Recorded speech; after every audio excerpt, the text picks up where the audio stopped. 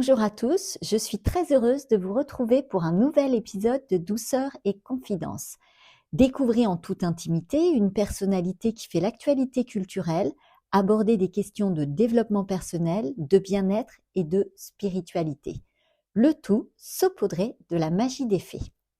Aujourd'hui, je reçois Nathalie Marquet-Pernot, comédienne et chroniqueuse à la télévision. Son ouvrage Un signe de toi vient de paraître aux éditions Guy Trédaniel. Bonjour Nathalie, je te remercie d'avoir accepté mon invitation féerique. Eh ben écoute, moi je suis ravie, je suis très très contente parce qu'on m'avait parlé de toi et quand on m'a dit qu'on pouvait avoir rendez-vous toutes les deux, eh ben je suis aux anges là, vraiment. Je suis très heureuse également de partager ce moment avec toi car il est déjà très riche de synchronicité et de clins d'œil de la part de Jean-Pierre. Alors raconte-nous un petit peu comment est né ton dernier ouvrage. Il a été inspiré par l'âme de Jean-Pierre? Par tous ces signes, surtout par Jean-Pierre. J'ai l'impression d'avoir écrit ce livre avec lui, d'ailleurs. Puis on avait parlé déjà un peu à l'hôpital parce que je savais qu'il allait très très mal et j'essayais de lui faire comprendre que s'il lui arrive quelque chose, je voudrais avoir des signes. Et pour pas lui faire peur, bien sûr, je dis mais tu sais, moi, s'il m'arrive quelque chose, je te ferai des signes. Il me dit ah bon, mais tu ferais quoi? Je suis bah écoute, je viendrai chatouiller tes doigts de pied. Il fait ah non, pas les doigts de pied, je suis trop chatouilleux. Et il me fait oui, mais moi, comment tu veux que je fasse? Je dis t'inquiète pas, on te dirigera là-haut. Et s'il te plaît, il me dit on verra, on verra.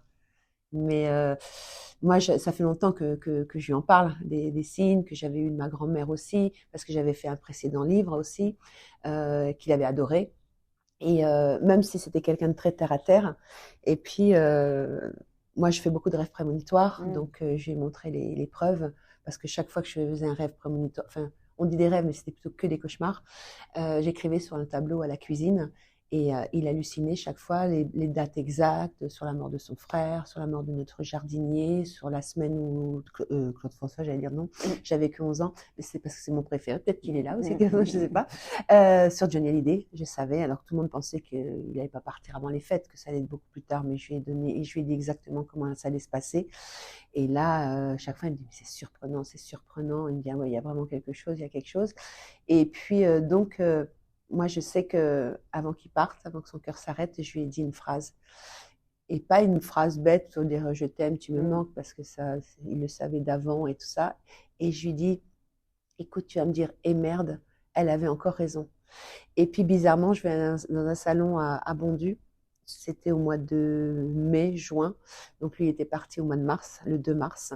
Et au salon du livre, on me dit qu'il y avait une voyante, alors qu'elle avait rien à faire ici, la voyante. Et c'est un jeune homme qui voulait que je fasse des signatures et tout. Il me dit, écoutez, allez la voir parce qu'elle a des messages à vous donner. Donc je pars la voir direct. Et au début, elle me dit, oh là là, je vois que vous êtes triste. Alors je dis, bon, ça, il ne faut pas être voyante pour...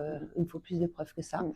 Et puis, je dis, vous avez autre chose? Elle me dit, oui, oui, enfin, il a compris qu'il était mort, sachant que j'avais fait un rêve. Ça, je ne voulais pas raconter, mais je raconte dans le livre que j'avais fait un rêve et ça a été dans la continuité de ce que je me posais comme question. Et elle me le confirme, dit, oui, enfin, il a compris qu'il était mort.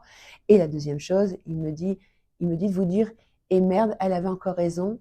Et je suis vraiment désolée de ne pas l'avoir assez cru quand il était sur Terre. Donc, personne ne savait cette phrase, j'en avais parlé à personne, je ne l'avais pas encore écrit, même pas mes enfants, personne. Comment elle peut me sortir ça? Et puis, c'est pas une phrase, et merde, elle avait encore raison, il y a un gros mot déjà dedans, mais c'était pour le booster. Voilà. Moi, je trouve ça toujours merveilleux parce que c'est vrai que voilà, après chacun sa sensibilité, ses croyances, mais bon, il y a quand même des choses qui sont effectivement énormes. Oui. Et toi, à quel moment tu as accueilli et accepté en fait ton hypersensibilité et ta médiumnité? Alors, j'arrive pas à dire que je suis médium, pas du tout. C'est surtout mes rêves prémonitoires et c'est quelque chose que j'ai au fond de mes tripes. C'est même pas là, c'est au fond de mes tripes. J'ai un truc très bizarre qui se serre, comme si que mon ventre me parlait. Et mes rêves prémonitoires, moi j'ai démarré, j'avais 21 ans, mais j'ai cru que c'était une coïncidence. Mais après les coïncidences, ça n'en était plus. Parce que c'est chaque fois des cauchemars et ça fait assez peur, violent. Et puis j'ai aussi eu une leucémie un an à l'hôpital où j'étais, le premier mois, on me disait on me donnait pas un mois à vivre. Et je sentais qu'au fond de moi, c'est moi qui me suis guérie, en fin de compte. Bon, il y avait la chimiothérapie et tout ça, mais par exemple, moi, j'ai refusé de faire la greffe de moelle. Et j'avais plusieurs professeurs dans ma chambre qui me disaient, c'était à Villejuif, ici à Paris, et ils me disaient, écoutez, mademoiselle Marquet, parce que je n'étais pas encore mariée, vous allez droit au suicide parce que vous êtes obligée de faire la greffe. Et je dis non, moi, je ne veux pas faire cette greffe parce que sinon, je n'aurai pas d'enfant. Et si je n'ai pas de but, c'était d'avoir des enfants et avoir mon prince charmant, vous allez me tuer. Et je le sens au plus profond de moi. Donc, votre greffe, je ne la ferai pas. Et c'était en 98. On était tous obligés de passer par une greffe, sinon on disait qu'on mourrait. Mes parents étaient catastrophés, tout le monde était catastrophé. Mes parents me disaient, mais tu peux adopter. J'ai dit non. J'ai dit, je vais m'en sortir, je le sais, je le sens. Donc, ne me l'enlevez pas, je le sais.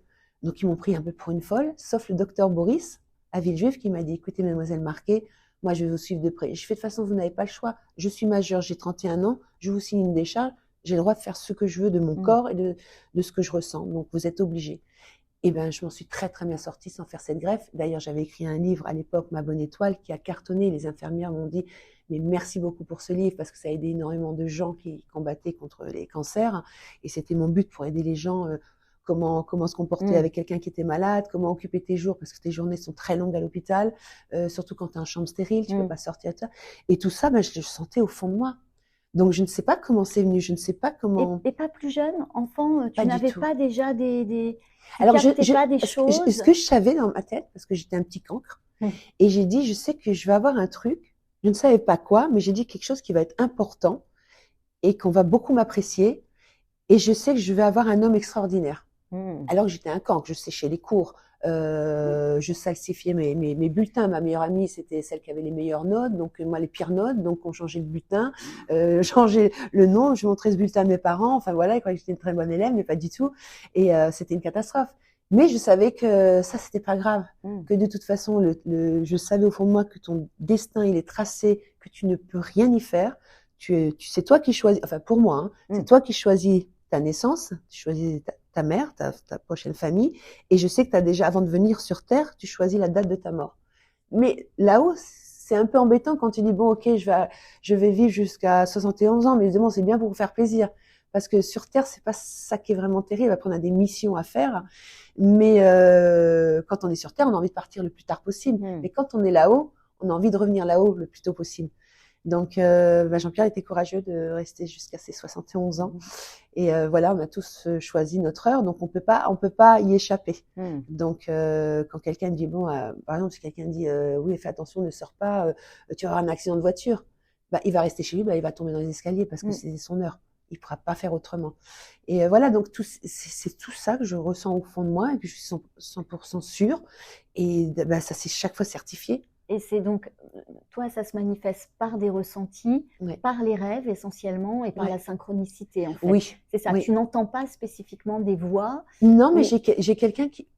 j'ai l'impression que c'est moi-même qui me parle dans ma tête. Je ne sais pas comment expliquer ça.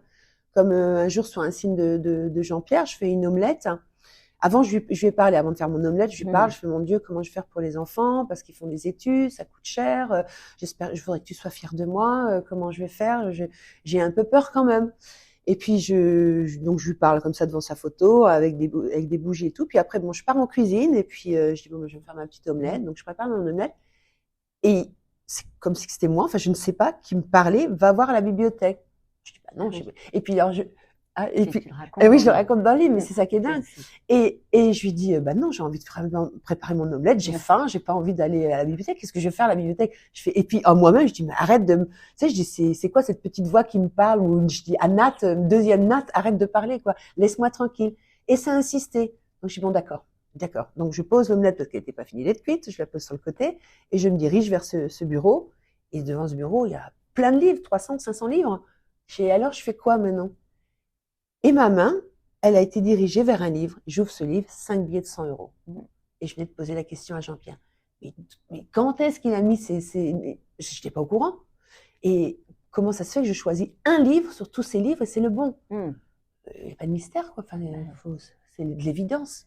pour moi, c'est de C'est l'évidence. de Après, l'évidence. chacun sa vérité, comme Exactement, je dis, exact. chacun. Et moi, j'étais ravie. Après, tout de suite, je l'ai remercié. Je dis, ben, merci. J'ai dit, waouh. Puis j'ai pleuré parce que Forcément. c'est beau. Est-ce que c'est aussi une façon, puisque tu parlais en tout début, d'écouter, qu'on a une mission de vie, une mission d'âme, est-ce que c'est aussi une façon d'être très à l'écoute de ton âme?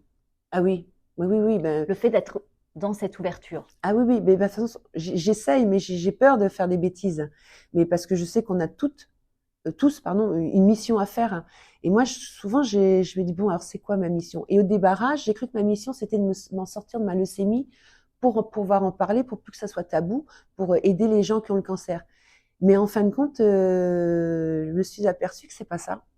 Parce que je me dis, bon, bah maintenant, si j'ai fait ma mission, normalement, je devrais peut-être partir. Enfin, moi, je pense que c'est ça, je sais pas. Et je dis, ça m'embêterait quand même de partir parce que j'étais encore jeune. Et je dis, non, il doit y avoir quelque chose de plus fort encore, une autre mission que je dois faire, que j'ai pas accomplie. Et je pense que cette mission, c'est pour dire, oui, il y a quelque chose après la mort. Oui, la mort n'existe pas. Voilà, on se retrouve tous là-haut, on se rejoint, on est rempli d'amour. Et ça, je pense que il faut oser d'avoir mis ça sur le papier, comme j'ai fait.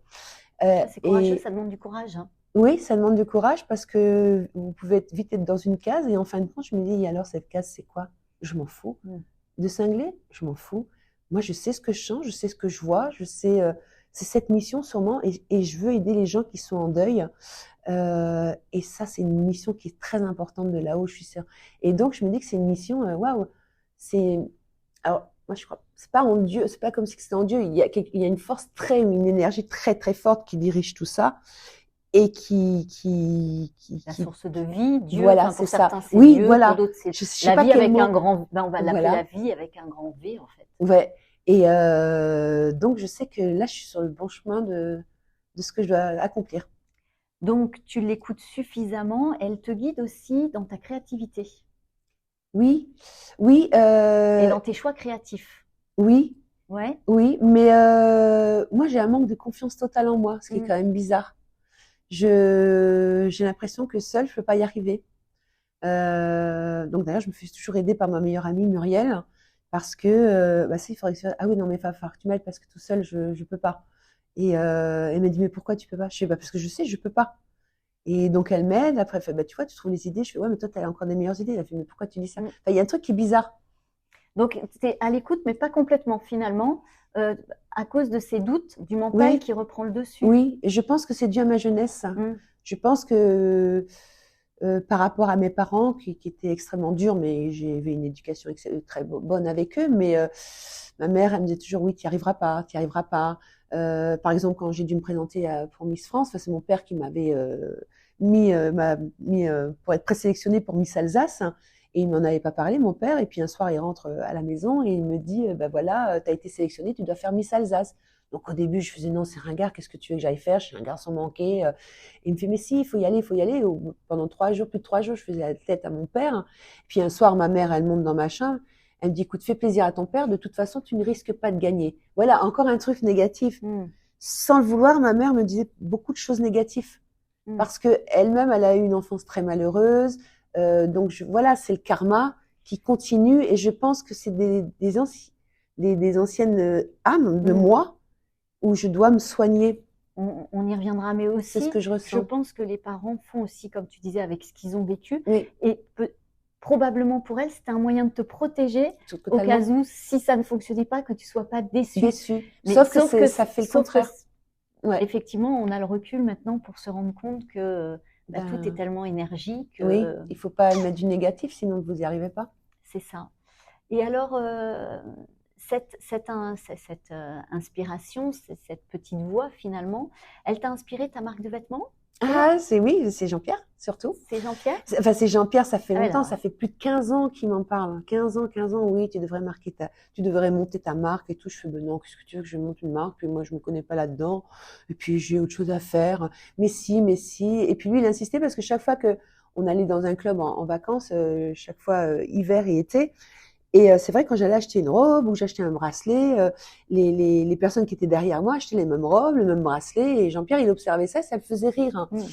Et donc, avec nos meilleurs amis, chaque fois, on était dans l'eau. C'était vers 11 heures, au soleil, avec son petit apéro après pour midi. On parlait ici, il faudrait. Et alors, on disait toujours non, sauf que il y a 2 ans ou 3 ans, Jean-Pierre me fait si, moi j'aimerais vraiment que tu montes ta marque. D'ailleurs, je vais déposer la marque et ça s'appellera Cœur de Miss. Alors je dis bon. Après, je fais avec mon autre copain qui était l'ami à Jean-Pierre, Olivier Rome. Il me fait allez, on y va. Ok. Et voilà, donc c'est parti. Mais c'est un truc de dingue. Jamais j'aurais pensé à faire ça. Et puis ben, j'ai eu la styliste, tout ça. Donc il a vu le début, Jean-Pierre. Mais malheureusement, ben, il n'a pas vu la sortie. Ça, c'est bien triste, mais c'est quand même dingue que ma collection sort quand il est parti. Et surtout, elle est sortie le 7 décembre et notre rencontre, c'était le 8 décembre. Donc, c'est encore un beau message. Et donc, je suis avec Armand Luxe qui m'aide à faire ça, plus mon ami Olivier Ham, qui était le meilleur ami. Pour la distribution. Pour la distribution, pour la fabrication, pour les envois, voilà, tout ça. Ceux qui m'ont présenté la styliste, parce que j'ai vu plusieurs stylistes avant et que c'était pas évident. Et là, j'ai trouvé une styliste qui est Sonia Redler, qui est exceptionnelle. Donc oui, donc tu es bien accompagnée pour cette marque et du coup, il a pas pu la voir. Il n'a pas pu la voir et donc ça a été la date, la veille de notre anniversaire de rencontre. Nous, on s'est rencontrés le 8 décembre et on a sorti la collection le 7 décembre. C'était beau et bah, c'est dommage qu'il ne soit pas là pour la voir, quoi, parce que c'était lui qui avait tellement insisté. Est-ce que c'est le fait du coup d'être dans cette créativité au niveau de la mode quelque part? Est-ce que c'est aussi une façon d'être en reliance avec l'univers des Miss?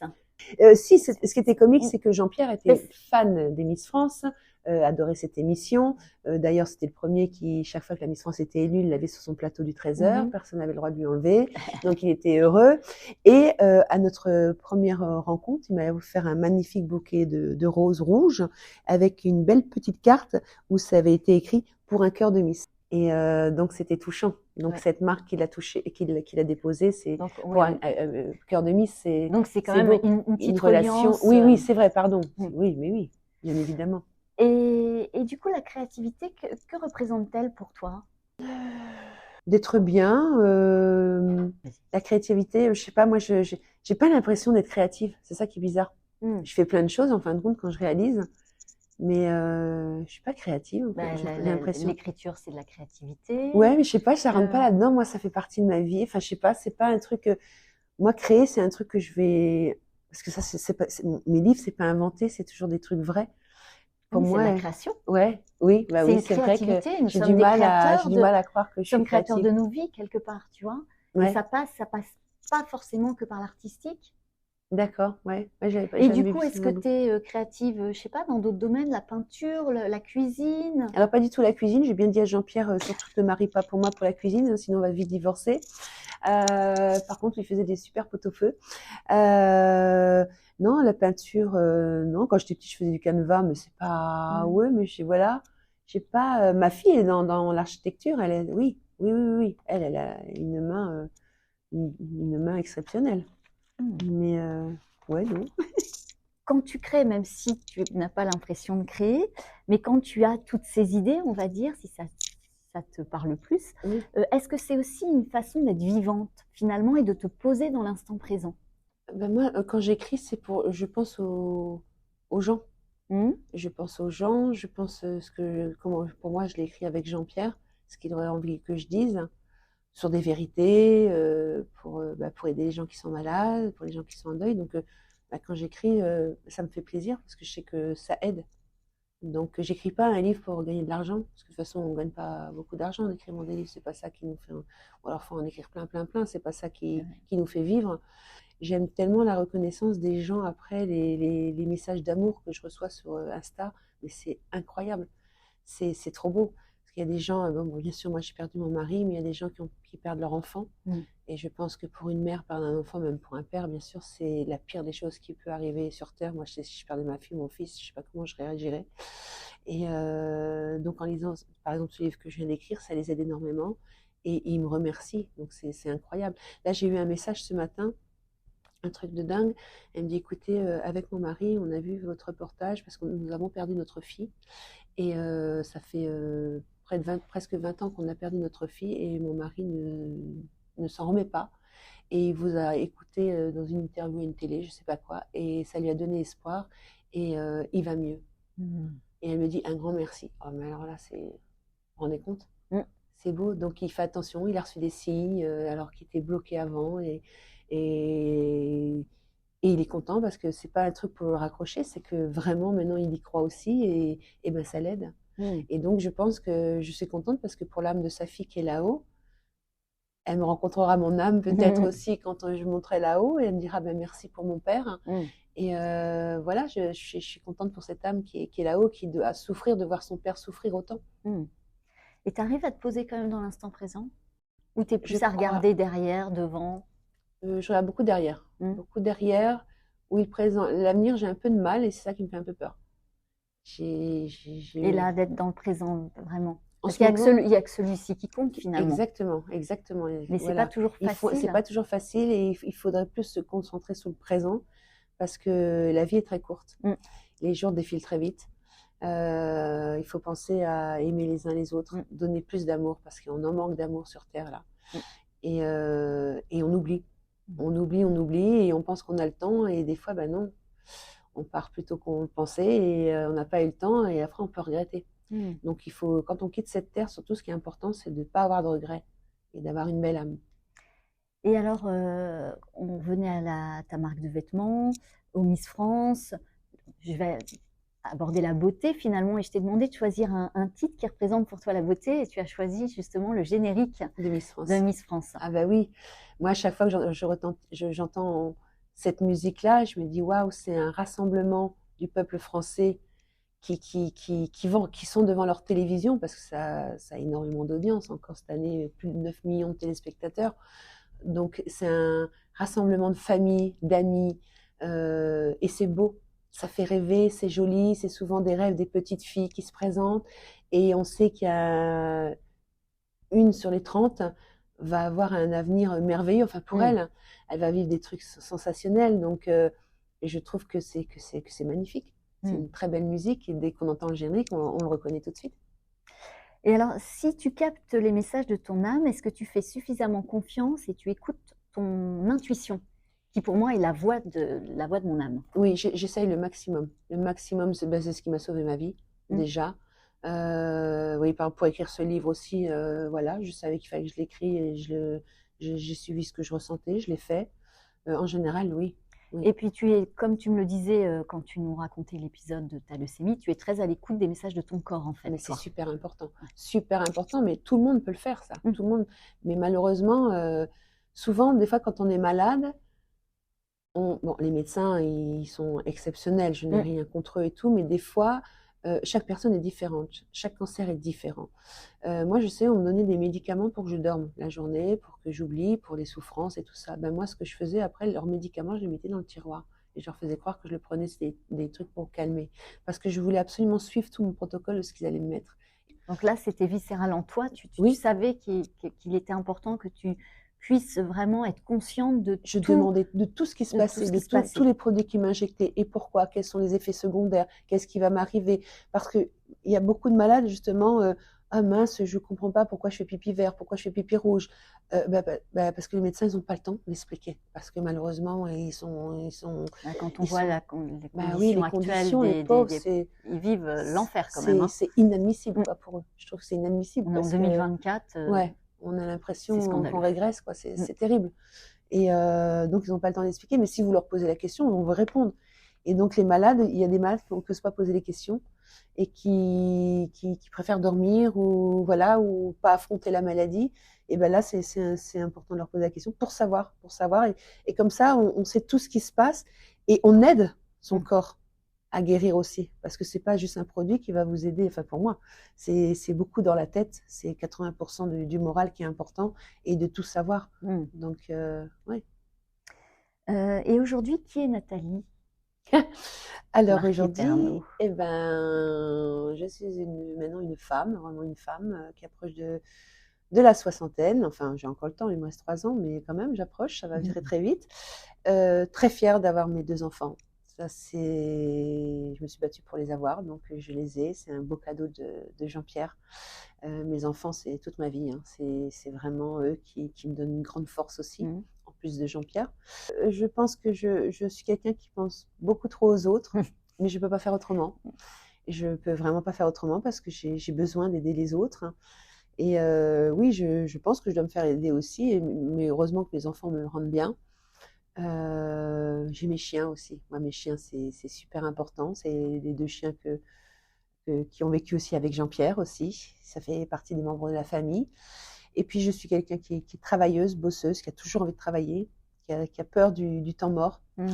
J'ai besoin de rendre service, j'ai besoin de travailler, j'ai besoin. Même quand Jean-Pierre était là, hein, plein de gens ont dit oh, t'as pas besoin de travailler, il gagne bien sa vie. Machin. J'ai dit non, ça marche pas comme ça chez moi. Moi, j'ai besoin de faire des choses, j'ai besoin de travailler et c'est vital. Pour moi, c'est vital de travailler. Et alors, es-tu à l'écoute de ta petite Nathalie, de ton enfant intérieur, de ta petite Nathalie? Alors, j'essaye de l'éliminer, cette petite Nathalie, parce que je suis pas très fière d'elle, du démarrage. Je regrette d'avoir été un cancre à l'école. Je regrette de ne pas avoir appris l'anglais, de savoir parler l'anglais couramment. D'ailleurs, ça a été primordial pour mes enfants. Tout petit, j'avais pris une nounou qui venait 2 fois par semaine pour parler que en anglais. Après, j'ai tout fait pour qu'ils rentrent dans des trucs que en anglais, des études en anglais. Donc, ils parlent couramment l'anglais et ça, c'est une grande fierté pour moi parce que j'ai pas envie parce que je pense que l'anglais c'est super important et ça peut être un handicap quand tu veux avancer pour le travail, voilà, pour aller voir autre que la France. Mais si tu as le barrage de la langue, c'est un peu dommage. Et c'est honteux, je trouve aussi. Pour moi, je trouve que c'est honteux. Je me débrouille en anglais. Mais là, avec mon fils, on rigole. Quand on a des conversations, il fait bon, t'essayes de savoir ce que je dis. Donc souvent, je comprends ce qu'il dit, je peux lui répondre, mais je fais du vocabulaire, petit vocabulaire, quoi. Donc voilà, ça c'est un voilà. Et est-ce que c'est Mais je me dis quand même à cette petite fille, waouh, t'as fait un long chemin, t'as réussi, tu peux être fière de toi, quoi. Oui, est-ce qu'elle n'a pas fait aussi ce qu'elle a pu au moment où elle l'a fait? Est-ce que c'est pas un moment aussi d'être en paix avec cette petite Nathalie pour pouvoir être en équilibre entre la grande et la petite? Oui, parce que j'ai dû donner du fil à retordre à mes parents. J'aurais pas aimé que ma fille ou mon fils fassent la même chose.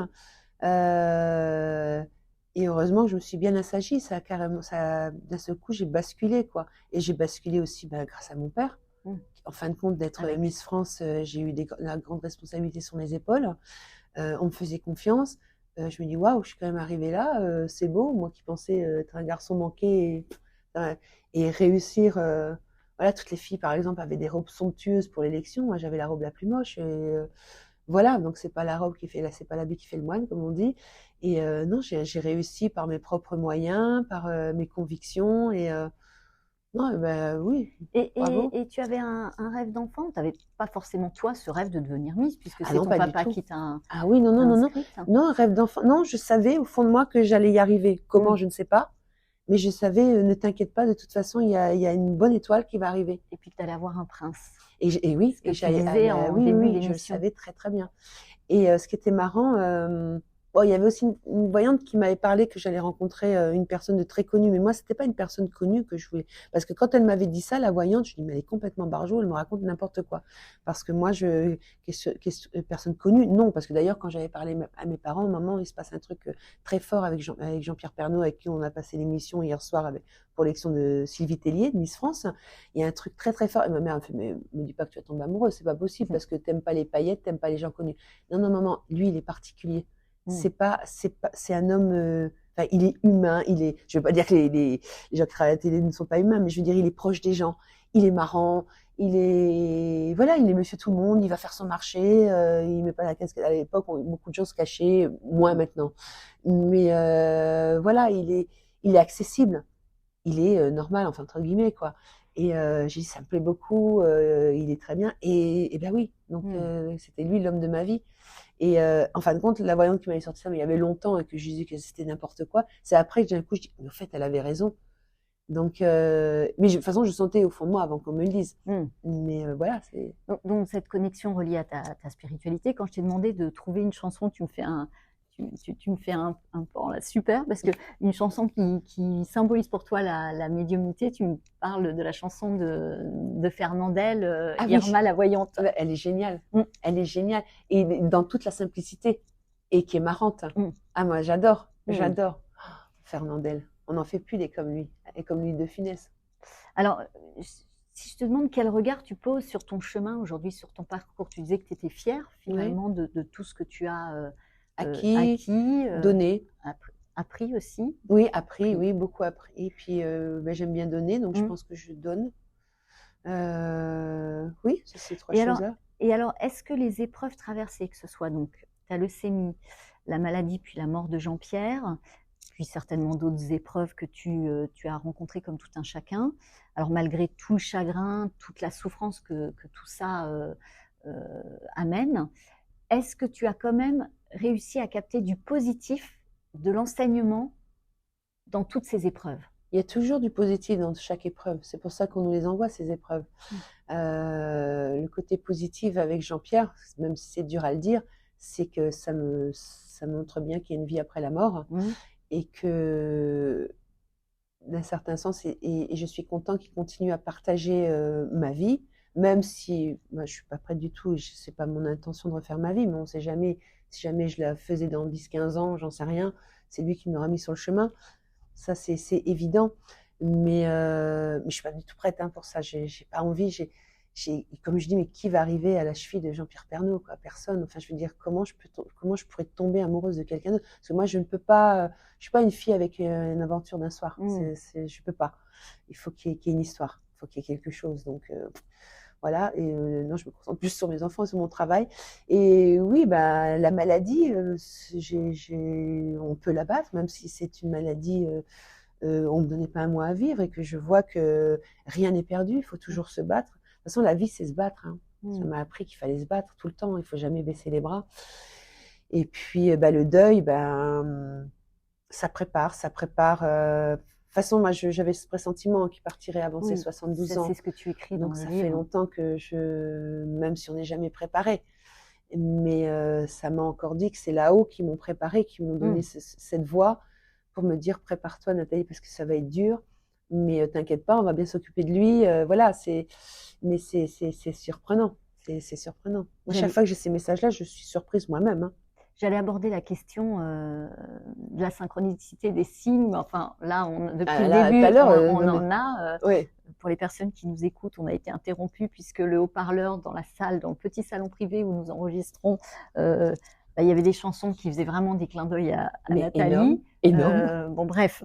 Donc ça, tu en racontes énormément dans le livre. Mais là, voilà, vous êtes témoin. Je suis témoin de ça. Du coup, tu crois au karma et aux vies passées? Oui. Puisque tu disais, c'est peut-être mon âme qui a vécu. Oui.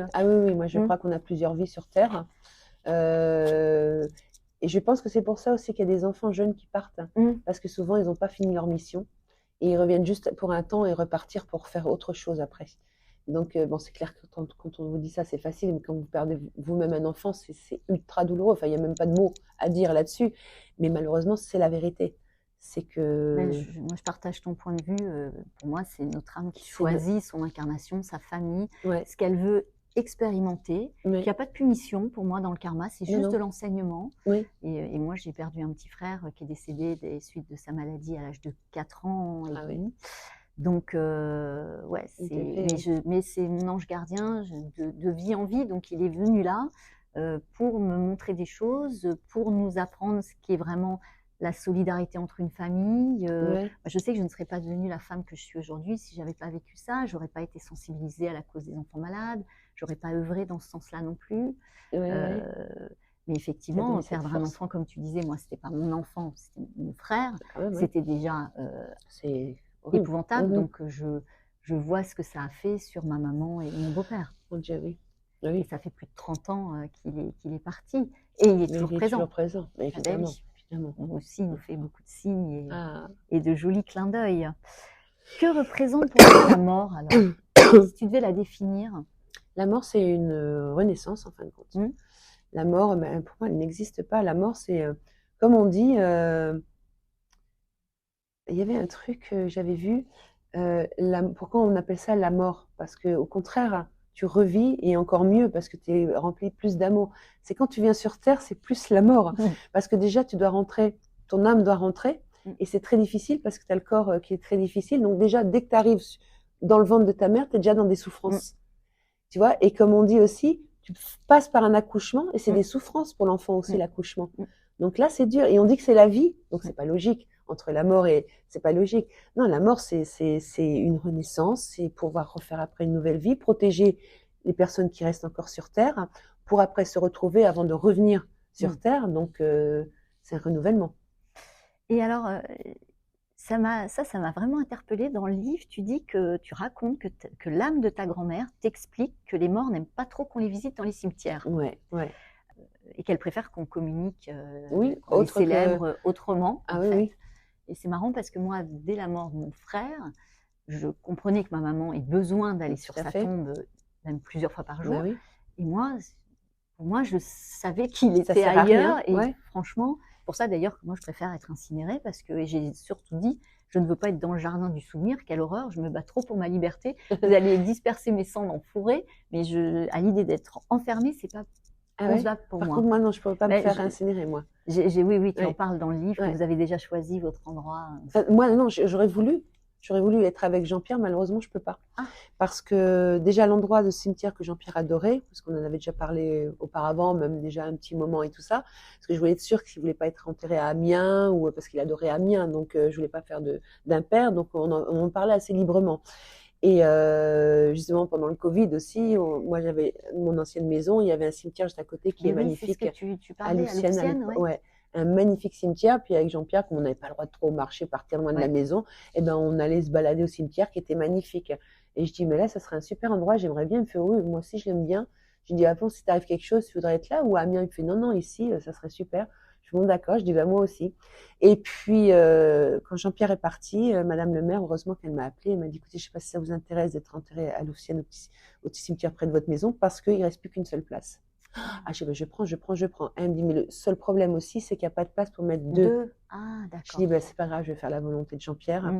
Peut-être que j'aurai une chance qu'un jour il y ait à nouveau une place, je ne sais pas. Mais au moins, Jean-Pierre, il a la place qu'il voulait avoir. Et alors, tu as choisi la chanson d'Édith Piaf, Mon Dieu, pour symboliser la mort. Pourquoi ce choix? Dieu réunit ceux qui s'aiment. Ça veut tout dire. C'est la phrase qui veut tout dire. Voilà. Donc, elle est magnifique, cette chanson. Jean-Pierre l'adorait. Elle est tellement belle, tellement vraie, tellement. Les mots sont puissants. Et c'est Édith Piaf qui l'a chanté il y a longtemps. Elle avait tout compris. Et Dieu réunit ceux qui s'aiment. Voilà. Ça veut tout dire. Tout est résumé. Tout est résumé. Bon, j'ai ma réponse. Tu parlais donc du karma, de la vie, de la mort, que c'est une renaissance, donc tu crois à la vie après la vie. Sous quelle forme précisément? Bon, c'est ça, on revient, la réincarnation. Oui. Alors moi, je pense que je ne serai plus Nathalie Marquet, hein, ça c'est sûr. Mais par exemple, je pourrais d'un coup être le mari de Jean-Pierre. C'est voilà, par exemple, ma fille, elle pourrait être ma sœur. Ou, je crois en ça parce que je pense qu'on est là-haut. D'âme, en fait. Ouais. Après, j'arrive pas. Je sais pour nos anges gardiens, pour moi, je pense que c'est une âme. Enfin, c'est ce que je ressens.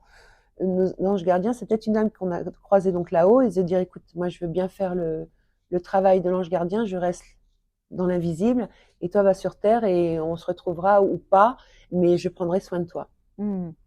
Et est-ce que tu te souviens de la première fois où tu as eu un signe d'un défunt? C'était ta grand-mère? C'était ma grand-mère. Oui, c'était ma grand-mère. Est-ce que tu as été effrayée? Qu'est-ce que tu as ressenti la première fois? Pas du tout. J'ai jamais été effrayée. Non, jamais. Je sais pas pourquoi, mais au contraire, heureuse. Heureuse, apaisée. Et apaisée, heureuse. Parce que ma grand-mère, c'était pas prévu qu'elle parte aussi. Elle était en pleine forme. Elle est rentrée à l'hôpital, elle n'est jamais ressortie. Alors qu'elle aussi, elle aidait tout le monde. Elle faisait les courses de toutes les petites vieilles, alors qu'elle avait le même âge. Elle roulait encore en voiture. Elle mettait de l'ambiance dans la maison de retraite. C'est celle qui a fait son déménagement toute seule pour se retrouver dans sa maison de retraite. Elle s'est toujours débrouillée. Voilà, et elle est partie, elle n'était pas prête. Et je sais qu'elle attendait que j'arrive parce qu'à ce moment-là, je vivais aux Antilles. Et j'ai senti qu'il fallait que je revienne auprès d'elle. Et quand je suis arrivée, il me dit, écoutez, elle va partir. Par contre, il n'y a plus de soins, il y a plus de place en soins palliatifs. Et je dis, bah, écoutez, vous mettez un lit à côté d'elle, je veux rester à côté d'elle. Et je suis restée jusqu'à son dernier souffle. Et ce qui est quand même impressionnant, c'est qu'elle adorait les feux de l'amour. Elle regardait ça depuis des années et des années. Donc, quand j'étais à l'hôpital, à un moment-là, donc, elle a attendu que j'arrive déjà. Elle m'a vue et elle avait toujours un beau chignon très apprêté et tout. Là, elle avait les cheveux tout tombants. Et elle était assise sur son lit, elle basculait les jambes. Elle me regardait, elle n'arrivait plus déjà à parler et elle s'est mise à pleurer. Comme si qu'elle me dit, ça va être la dernière fois que je te vois. Et je sentais qu'elle n'avait pas envie de partir, mais qu'elle devait partir. Et puis, donc après, pour pas qu'elle souffre, on l'avait mis dans un semi-coma, machin. Et donc, le temps, je l'ai pas quitté de la chambre avec mon petit lit qu'ils ont mis à côté. Et je mettais toujours les feux de l'amour. Et au générique de fin des Feux de l'amour, elle a fait son dernier souffle. Elle a choisi de regarder, d'écouter les Feux de l'amour jusqu'au bout. C'est ça. Et je l'ai entendu. Voilà. Et donc là, tout de suite, j'ai ouvert les fenêtres, pas les fenêtres, la fenêtre sous papa, mais les portes pour que ça fasse courant d'air, pour que son âme puisse vite se balader. Et est-ce que cette connexion finalement des âmes avec les vivants, avec les êtres incarnés que nous sommes, parce que notre âme, elle est éternelle de mon point de vue, Oui, oui. Est-ce que ça signifie pour toi, mais je pense connaître la réponse, que les liens d'amour ne se brisent jamais finalement? Mais c'est clair. C'est clair. Les âmes se rencontrent, c'est pas un hasard. Moi, la preuve, quand j'ai rencontré Jean-Pierre, parce que moi, je me suis toujours dit, jamais je pourrais être avec un homme marié qui a eu des enfants. Ça, il est hors de question. C'était ma devise. Et le jour où j'ai rencontré Jean-Pierre, et ben, le jour où on s'est rencontrés, il a eu ça faisait 10 ans qu'il était en instance de divorce. Le jour où on s'est rencontrés, il avait son papier qui était divorcé. Donc, il n'a pas divorcé à cause de moi. Ça faisait 10 ans qu'il était en procédure. Et le jour où on s'est rencontrés, il a eu le papier. Donc, c'était open pour nous deux. Et encore un clin d'œil de la vie. Bah oui. Donc, et des intentions que tu avais posées. Voilà. Et puis, il était plus âgé que moi. Pas de problème. C'est pas grave, on s'en fout. Donc, c'est les âmes là qui fou, tu peux pas faire autrement. Qui se retrouvent. Ah ben oui. Si tu devais définir l'amour.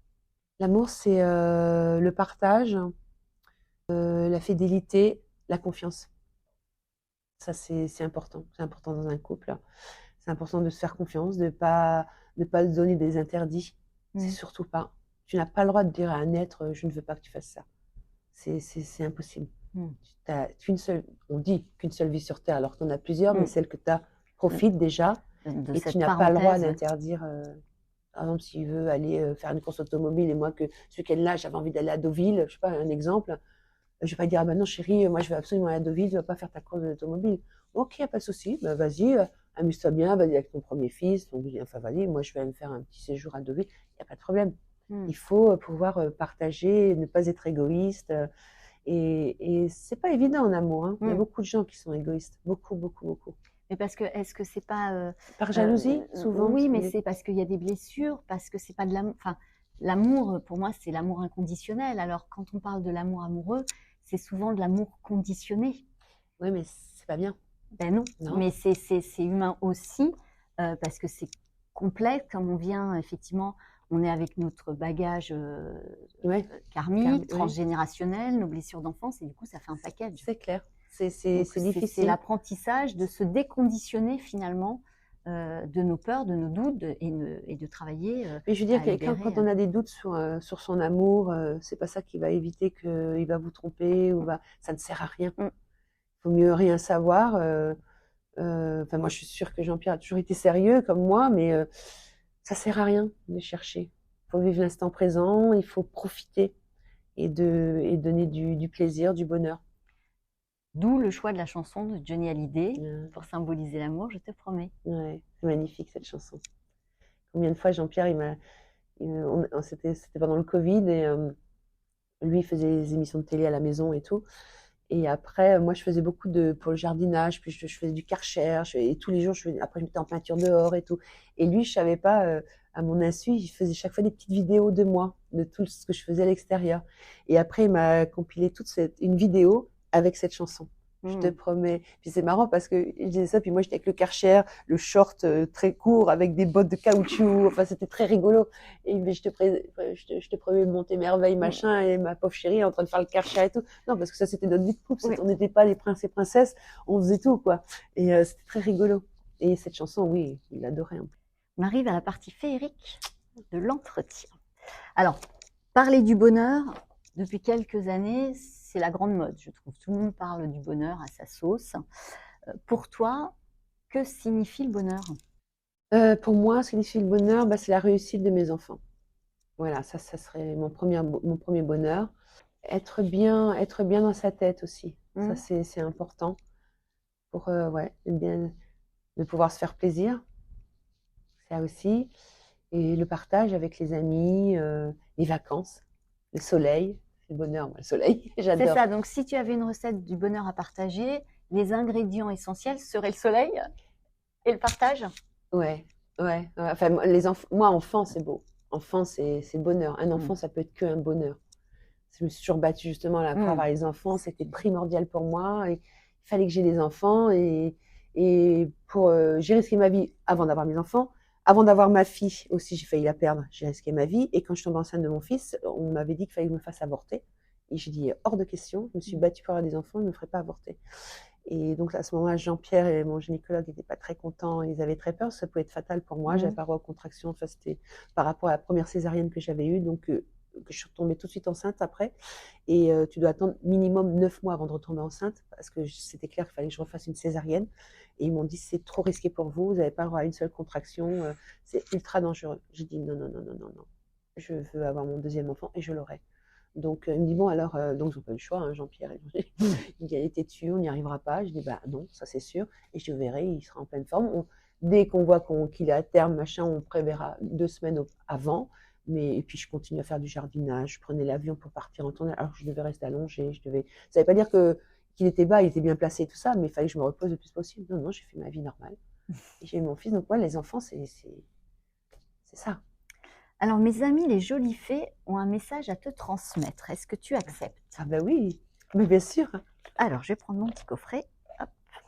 C'est joli. Et en plus, ce qui est marrant, c'est que ma nouvelle adresse, il y a les fées dedans. Je ne vais pas dire tout le truc. Oui. Il y a les fées. C'est drôle. Ouais. Ah, le joli clin d'œil encore. Ouais. Alors, soit je les mélange, il y a une carte qui tombe toute seule, soit je les étale et tu choisis une carte. Qu'est-ce que tu choisis. Avec mon âme, c'est mon âme qui va choisir. Attends, je les mélange.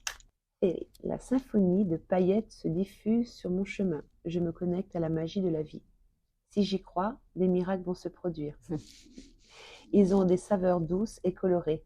La baguette magique des fées scintille de 1000 feux et m'enveloppe de lumineuse énergie. Waouh!